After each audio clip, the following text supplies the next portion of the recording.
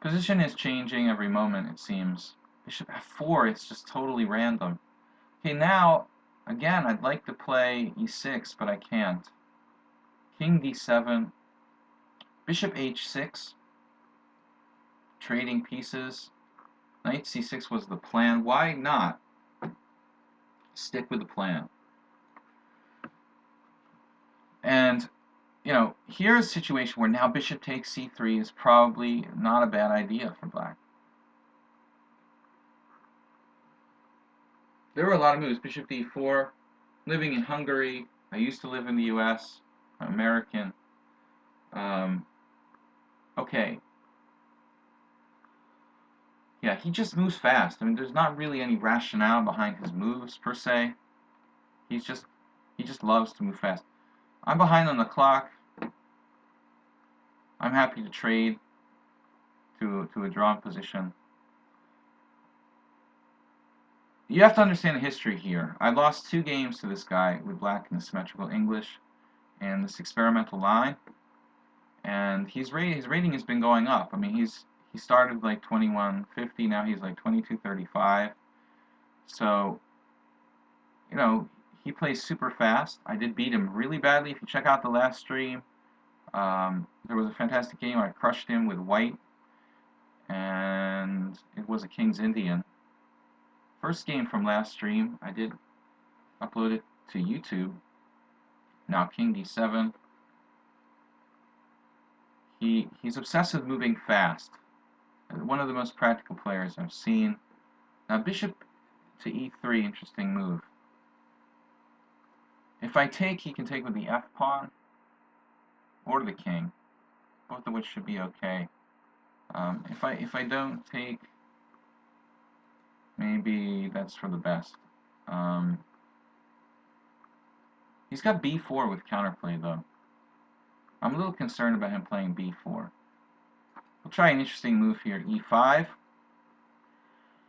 And I don't think he can live with a bishop on d4. He'll have to take. I did just complicate the position a great deal. And I think we're going to be taking back with the e-pawn because he has a kind of queenside initiative there. I like f5 now. We're going to try to get the upper hand in some kind of position here. Rook f8.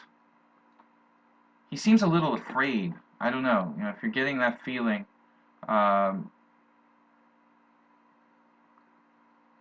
he's hesitated with b4. Now he's taking. Again, c takes b gives him a kind of queenside initiative, and I'm not looking for that right here. Now this way against b4, I'm a little bit, you know, my position's a little more solid. Let's see, pawn takes pawn, and yeah, now I'm not really sure. I think this is probably a draw. He has rook f4.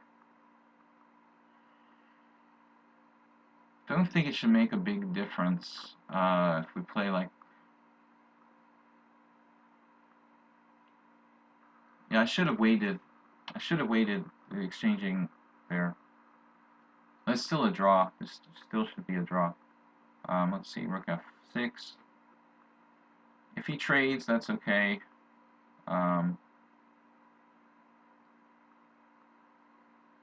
Maybe not, though. Maybe I shouldn't trade both sets of rooks here. Because rook takes rook, king takes rook, rook f1, king e7. Actually, I still think it's probably a draw, but I'm a little scared he gets his king to f4. And the king upon endgame with his king on f4, it's really going to come down, and then he's going to play like g4. I think it's going to be close. It's a little too close for comfort in this king and pawn endgame, where he gets like a king on f4. I might be lost there. So, rook endgame. Although king and pawn endgame with his king on f3, pawn on f4, I don't think I'm losing in that position ever. So here, if I play this trade, should I trade rooks? See, if I trade rooks, he takes with a pawn, and then he brings his... I'll have counterplay on the queen side, though. If I trade rooks, he takes with the pawn, and that's kind of an issue. Let's try playing the king and pawn endgame. I don't think this should be losing for me. Actually, I can... Okay, a5, b5. b4 now. Interesting move. Doesn't this give me like an outside passed pawn? I'd have no way of... no way of really making progress. Okay. I'll have to hold the king side with my king. Try to play b5 here. Like rook b8. We could play rook b8, I guess. f5, king f6. Trying to play b5, but I'm not really happy with the way I did this. I exchanged on e4 too early. 27th move, f takes e4. Threatening b5 here with counterplay. Okay, this move forces me to play king f6. He has to take time to play rook g5. He may win a pawn, but I should have some counterplay on the king side. That's what I'm thinking here. Rook g5, b5, pawn takes c5, b takes c4, takes c5, takes rook b3. Also a6 is possible for me. b5, c takes, b takes c, b takes c, c takes b, d takes c. Has two connected passed pawns now? No, just he takes on c5, I lose a pawn, rook b3, rook check, king back, check. Let's try it. I don't know. Looks like my only chance here at active counterplay. This guy's been playing a little too well against me. Now he needed to take back because it was too much of a threat. So my idea was here rook b3. I don't know if this is enough to hold for me or not. But he rushes, he plays very, very fast, and honestly, I'm thinking that maybe his technique won't be good enough to hold this. Threatening rook e3 check. Also rook takes a3. So I thought between those two threats, I may have enough to hold this.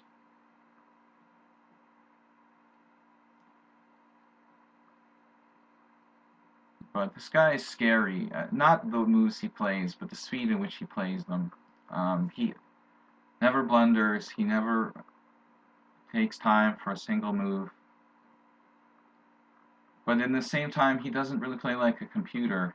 He makes mistakes and, well, not big mistakes, like little inaccuracies. So it's really weird. He also loses and plays, you know, games where he gets crushed, moving the same speed very, very fast. The point is, rook e3 check, rook takes e4.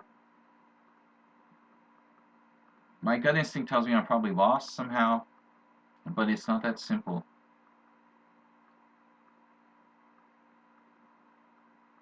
You know, he can't just, like, lose his pawns for nothing here. Maybe e5. If e5, rook takes a3, rook f6 check. But you know, all of his pawns are weak too, so I'm not sure. I'm I'm certain that whoever has 7 minutes to the other guy's 2.5 is a significant advantage here. I'm pretty sure he's legit. Yeah, it's something legit about him, but there's something weird about the inconsistency, you know? He seems legit, but I don't know why he plays such dramatically different chess. Sometimes really well, sometimes really, really bad. I guess you're right. He's not a computer. Um, I speculated he might be different people, which is always a possibility. Now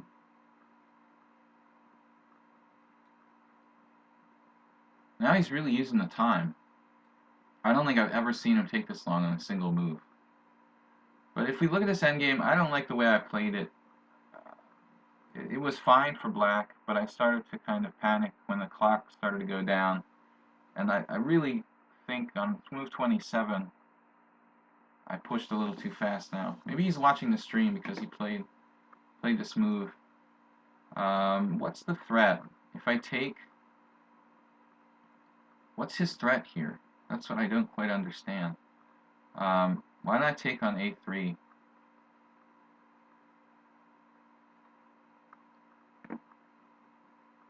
Play check. Maybe he's listening to the stream. I don't know what this does. I'm not sure what this does for white. He's gonna do what?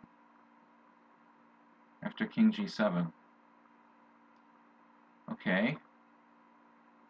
You ask a stupid question, you get a stupid answer. That's what he's gonna do, of course. No, but I had a check here. Does this do anything for me, though? He has king f2? Or what? No, this was my point. I almost forgot my own idea. That's what panicking, like, time pressure does to you. This looks like... Hopefully I can hold the position. Oh, now c5. Rook takes f4, c6. Check.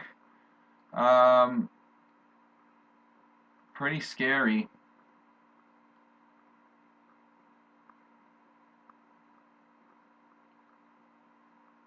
c5, rook takes f4, c6, and now either rook f8 or rook check, king d3, rook c1. But yeah, I think the c5 is winning for white. He's probably listening to the channel. I mean, if the guy played me so many games, he's like definitely gone to the trouble of looking at my finger notes, and possible I'm giving him moves here. So now if I go back, if I play rook d8, c7, rook c8, it looks pretty bad. I should get behind the pawn, but then I drive his king up. So play rook f8.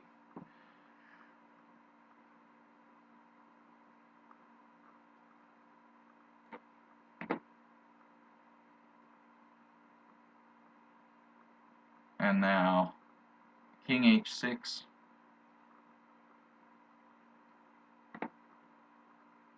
e6, g5, king f8, king g8, e7. Yeah, king f8, e6. So perfect technique. We can resign here. If I had one more move, I need another move, but it's lost. Okay, guys. So perfect technique. Yeah, good game. Obviously, nothing to do with the opening there. Time pressure and